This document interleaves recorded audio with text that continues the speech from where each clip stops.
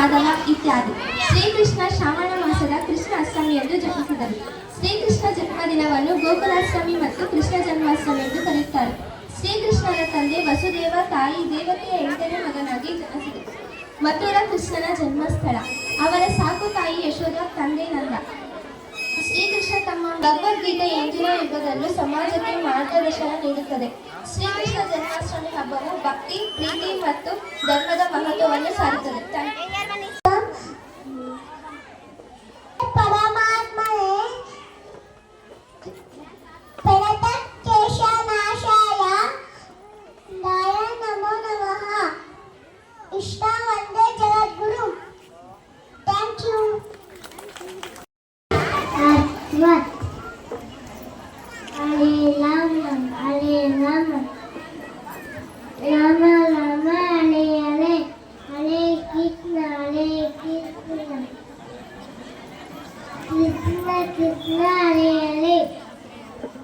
ಅಮ್ಮ ನಾನು ದೇವರಾಣಿ ಬೆನ್ನೆ ಕತ್ತಿಲಮ್ಮ ಎಲ್ಲ ಕೇಳಿ ನನ್ನ ಬಾಯಿಗೆ ಬೆಣ್ಣೆ ಮೆಟ್ಟಿದರಮ್ಮ.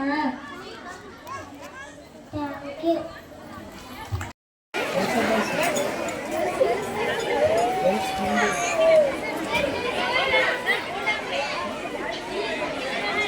ಅವರಿಗೆ